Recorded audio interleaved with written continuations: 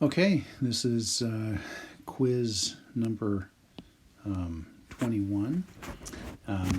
And so the idea is that we're going to match all of these guys with, the phasors in the phasor diagram. Okay, so we just need to convert, what do these things mean?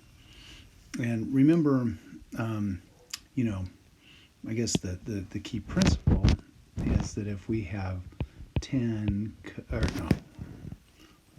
if we have some A cosine of omega t plus phi, okay, this converts into the complex number. So really, we think of this guy as A cosine of omega t plus phi plus j A sine of omega t plus phi, and it's just the real part of that. And this is the same thing as A e to the j omega t e to the j phi, or I guess another way we write it is A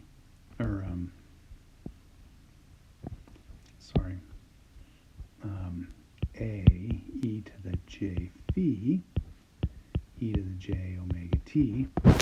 And this guy right here is called the phasor. So this is the same thing as A e to the j phi is the way we write it, or we also write that as A angle of phi. So this guy is a way to represent, A cosine of omega t. But this is also the same, A phase of phi is, a way to write A e to the j phi, and we've just dropped off the e to the j omega t. We're always kind of hanging around. We have to remember omega. All right, so when we come down here and we have, 10 cosine of 120 pi t minus 60, well, the way we would represent that in terms of a phasor, so this would be 10 phase of minus 60 degrees. And this guy would be 10 phase of minus pi over 4. Remember, pi over 2 is 90 degrees. So this is the same thing as 10 phase of, 45, minus 45 degrees. And then this guy would be 10 phase of 120 degrees. All right, so when we come up here, assuming that this has a magnitude of 10. So minus, and remember, this is 0 degrees. It's the real axis. So the degrees is from the real axis to the imaginary axis. So we're going to come down 60 degrees somewhere right in here. So this should be n. And then minus 45 degrees, I don't know, it's half of this, so it should be, O. So this one should be O. And then 120 degrees, remember this is 90, and so we have to go an extra 30, so it should be F.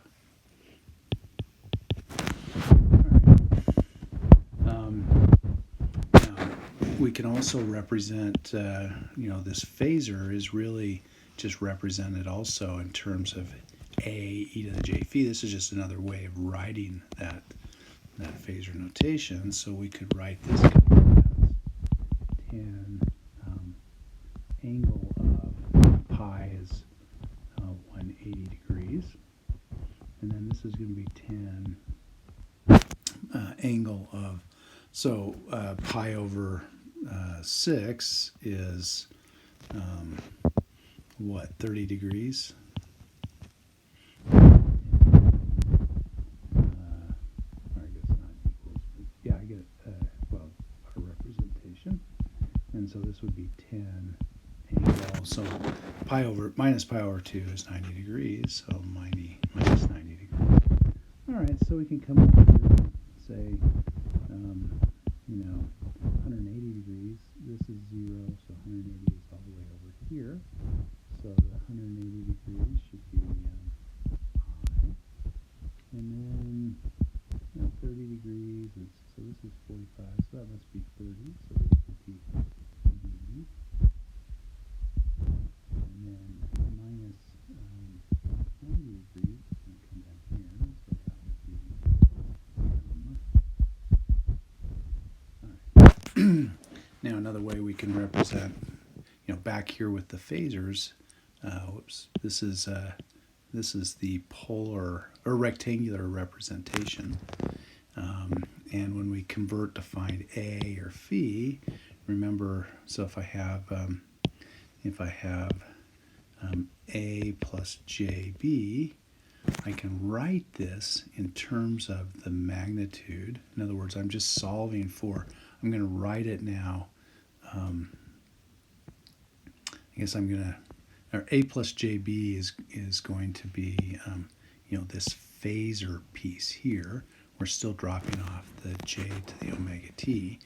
And so, this guy is going to be, I guess if I were to derive this again, a e to the j phi is equal to a cosine of phi plus j a sine phi. And, we think of this as the real part. So this would be, A plus J, and then that would be B. So if I want to find this magnitude A, notice if I take this thing squared, plus that'll be A squared cosine phi squared, plus this thing squared, which would be A squared plus sine squared phi, and sine squared plus cosine squared is equal to 1.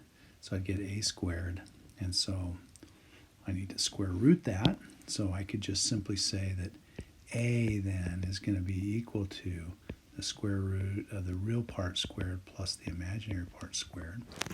And if I wanted to find the angle phi here, I could divide the imaginary part by the real part, so the a's would cancel out, and I get sine of phi divided by cosine of phi, which is tangent of phi.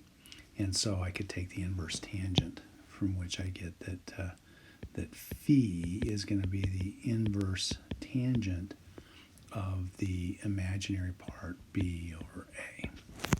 Okay, so these are the formulas if I want to take a rectangular or a complex number in rectangular form and convert it into the phasor domain. These are the formulas that I need to use. So when I come down here, whoops, I'm going to say, okay, so in this instant, what this implies that a is going to be the square root of the real part squared, which is going to be 25 times 2, or 50, plus the square of the imaginary part squared, which is going to be 25 times 2, or 50. So this is going to be square root of 100, which is 10. And then my phase, phi, is going to be tan inverse of the imaginary part, 5 square root of 2, divided by the real part, which is minus 5 square root of 2. So that's going to be tan inverse of minus 1. And remember, tan inverse kind of goes like 0, like this. So if I have, this part right here is the, let's see, so this is actually where 1 is. So tan inverse of minus 1, well, I guess minus 1 would be down here. So this is going to be minus 45 degrees. You could do that on your calculator. So 7 then is going to be 10 phase of minus 45 degrees. Okay, that's going to be 10. And I guess we could come up here and look at the minus 45 degrees. So that's going to be O. All right. Now, the now let's look at minus 10. So I guess we could go through our formulas here. This says that a is equal to the square root of the real part squared, 10 squared plus 0 squared, square root of 100, which is 10. And then phi is going to be equal to the tan inverse of the imaginary part, which is going to be 0 divided by minus 10. So this is going to be tan inverse of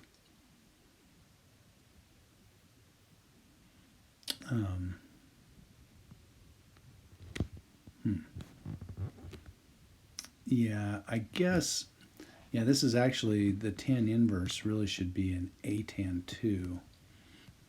So I suppose what we should write here is, instead of tan inverse, whoops, a little bit too big there. This is square root of a squared plus b squared. And phi really is the a tan 2 of BA, you know. So because it's a full, this is the full 2 pi inverse of, you know, so it takes into account these negative numbers.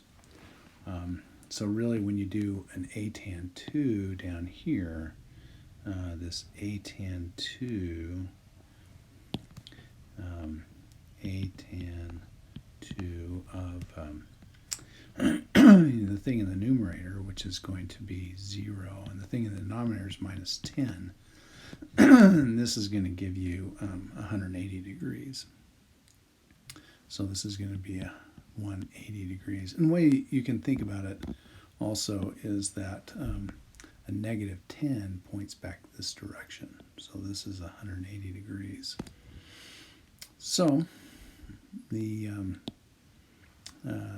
so this is you know, the phasor is going to be 10 angle of 180 degrees, and that means that we're I, you know, this this guy right here. Okay, so, and then J10, so now I'll kind of do a divide here. So J10, again, we kind of know what this is. It's the answer should be, you know, J10 is going to be this guy. So we should get E. Let's just kind of go through our formulas. So A is going to be the square root of the real part squared plus the imaginary part squared, which is square root of 100 or 10. And then phi is going to be the a tan 2 of the imaginary part squared, which is 10 over 0. And this guy, you know, it's basically 10 divided by 0, which is infinity, and a tan 2 way out here in infinity is going to be, you know, this is the pi over 2 here. So my angle, when I do a tan 2, this angle should give me pi over 2, which is, you know, equivalent to 90 degrees. So my phasor is 10 90 degrees, and that's, you know, that's E. Whoops, E. All right, so there's how to do quiz number